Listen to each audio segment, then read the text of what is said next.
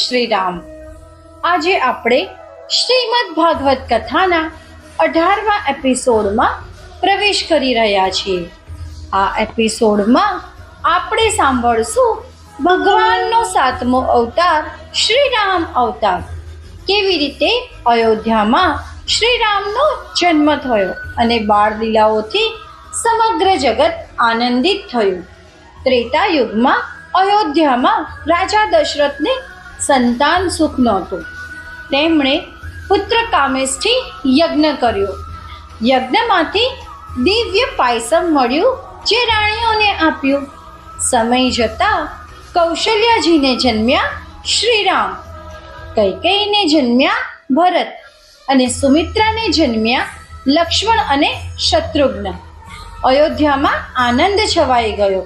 ભગવાન વિષ્ણુ સ્વયં શ્રી રામ સ્વરૂપે પ્રગટ થયા.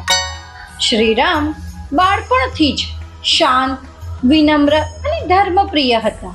તેઓ હંમેશા સત્ય બોલતા, વૃદ્ધોનું માન કરતા, ભાઈઓ પર અતિશય પ્રેમ કરતા.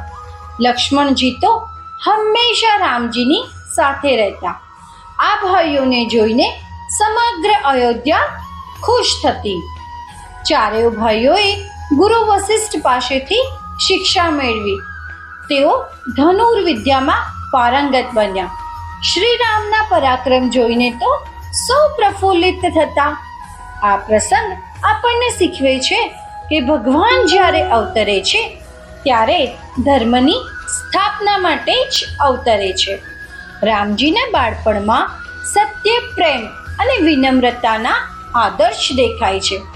પરિવાર સાથેનું એકતા ભાવ જીવનમાં સુખ અને શાંતિ લાવે છે. આગામી એપિસોડમાં આપણે સાંભળશું શ્રી રામ સીતા સ્વયંવર. કેવી રીતે ભગવાને શિવજીનું ધનુષ તોડ્યું અને સીતાજીએ વરમાલા પહેરાવી. આજે આપણે સાંભળ્યું શ્રી રામ અવતારની શરૂઆત. કેવી રીતે અયોધ્યામાં ભગવાનનો જન્મ થયો અને બાળપણથી જ તેઓ ધર્મમય રહ્યા. ચાલો આપણે પણ જીવનમાં સત્ય, પ્રેમ અને વિનમ્રતા અપનાવીએ. માટે જ ચેનલને સબસ્ક્રાઇબ કરવાનું ભૂલશો નહીં. લાઈક કરો અને આ પવિત્ર સંદેશ અનેક ભક્તો સુધી પહોંચાડો. જય શ્રી રામ.